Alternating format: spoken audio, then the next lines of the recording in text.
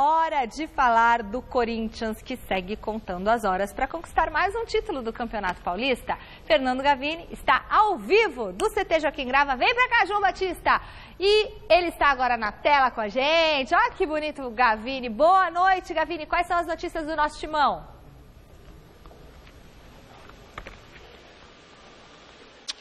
Boa noite, Michela, Alberta Helena, Garrafa, a todos que acompanham o Gazeta Esportivo. Pois é, Corinthians aí na contagem regressiva para a conquista de mais um título de campeão paulista. Faltam 3 dias para a final, são 3 gols de diferença, né? Pode perder até por 2 depois dos 3-0 que conseguiu no primeiro jogo, mas o discurso é de extremo respeito à Ponte Preta. Tanto que até teve cobranças de pênaltis aqui durante os treinamentos. Quem veio conversar com a gente foi o atacante Jô, e ele falou exatamente sobre esse assunto, o quanto os jogadores mais experientes do grupo têm sido importantes para manter a molecada com os pés no chão, para não deixar com que o time se empolgue demais com o resultado alcançado na primeira partida. Vamos conferir. Você construiu um placar numa final de 3-0, claro que deixa o ambiente mais leve, né? Você vê muita descontração, mas não só eu, como os outros jogadores mais experientes, a gente procura trabalhar no psicológico, né? Que é sempre falar para os mais novos que sempre tem um objetivo, sempre é um jogo um jogo após o outro, né? Não é já pensar no título, a gente tem que ganhar o jogo, é jogar bem diante da nossa torcida. Eu acho que ninguém quer, se vier a ser campeão, ninguém quer ser derrotado, mas ser campeão. Acho que a gente quer fazer um bom jogo, se possível ganhar, para poder mostrar para a torcida o quanto que o Corinthians ainda tem que crescer. Então é complicado, você tem que toda hora estar conversando, toda hora batendo na tecla, porque a gente sabe que o ser humano, depois de uma vantagem tão boa que nem nós construímos, acaba relaxando, mas tenho certeza que esse grupo, por tudo que já passou, o que está passando, acho que não vai deixar cair essa peteca.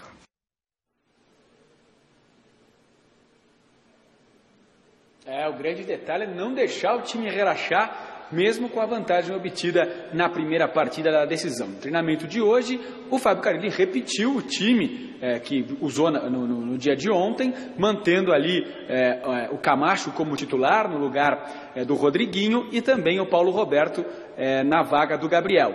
A diferença foi que ele mudou o posicionamento, ele deixou o Jadson mais por dentro e próximo do Jô, e colocou, jogando aberto um pouco pelo lado, o Camacho. Dessa forma ele testou. No dia de ontem, o Jadson estava um pouco mais aberto e o Camacho formando no meio. Então, o Fábio Carilli aí trabalhando para buscar a melhor formação do Corinthians para o jogo de domingo contra a Ponte Preta. O detalhe é que depois da atividade, depois do treinamento todo em que ele posicionou o time, trabalhou e tal, ele botou os jogadores para fazerem cobranças de pênaltis. Só vai para a disputa de pênaltis o jogo se o Corinthians perder por 3 gols de diferença. Mas é melhor prevenir do que remediar, então foi todo mundo executar as cobranças e o Jô também falou disso. A gente tem que treinar, né? Se no regulamento tá que se tiver resultados iguais, vai para os pênaltis, nós temos que, além do respeito, temos que treinar. Isso serve de treinamento também para o resto do ano. Né? Tem a Sul-Americana, que também pode acontecer pênalti. Tem uma série de outras coisas que é importante a gente estar treinando.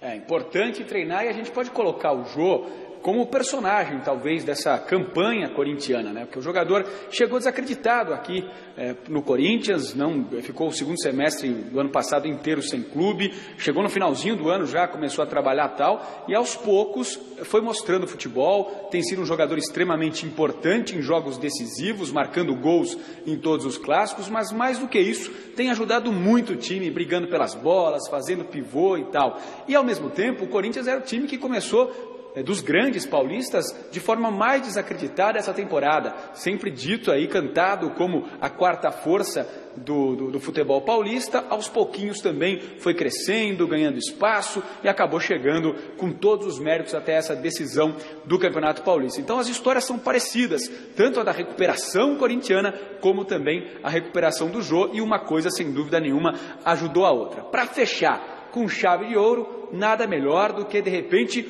um gol do título marcado pelo Jô. E ele falou também sobre essa intenção, ou melhor, sobre esse sonho. A gente que é atacante está sempre sonhando, né? Sempre imaginando aquele momento do gol. É claro que se qualquer um fizer o gol, ou não sei como é que vai terminar a partida, eu acho que o mais importante, o objetivo nosso é ser campeão, mas eu sem dúvida ainda fico imaginando, correndo para a galera, como eu sonhei um dia em fazer o primeiro gol na Arena e foi contra o Palmeiras, então a gente sempre idealiza como será o próximo gol.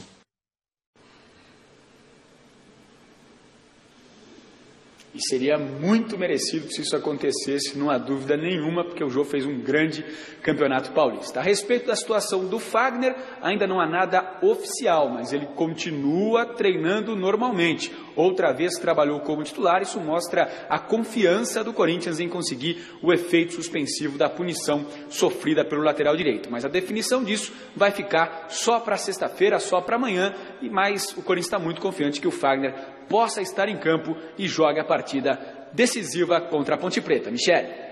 Muito obrigada por todas as informações, Fernando Gavini, direto, ao vivo, aqui no Gazeta Esportiva. Tchau, Gavini, um beijo, boa noite para você. O mestre está te mandando tchau também. Garrafa.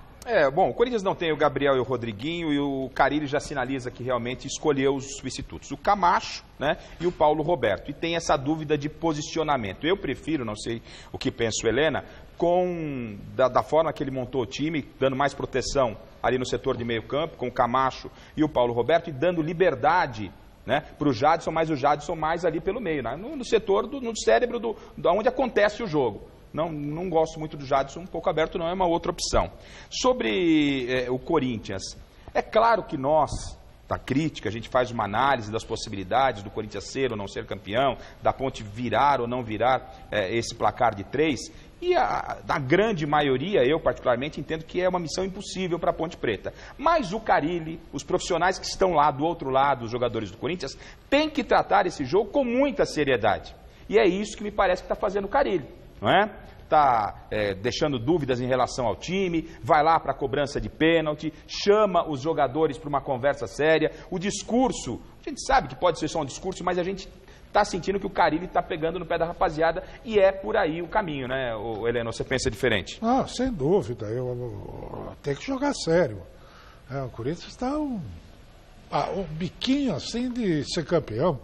Poxa, para quem começou o ano sem nenhuma expectativa e tal, cheio de problemas, já de cara campeão paulista, né? Opa, vale a pena a turma prestar atenção. E eu acho que esse jogador, esse grupo do Corinthians está muito atento a isso.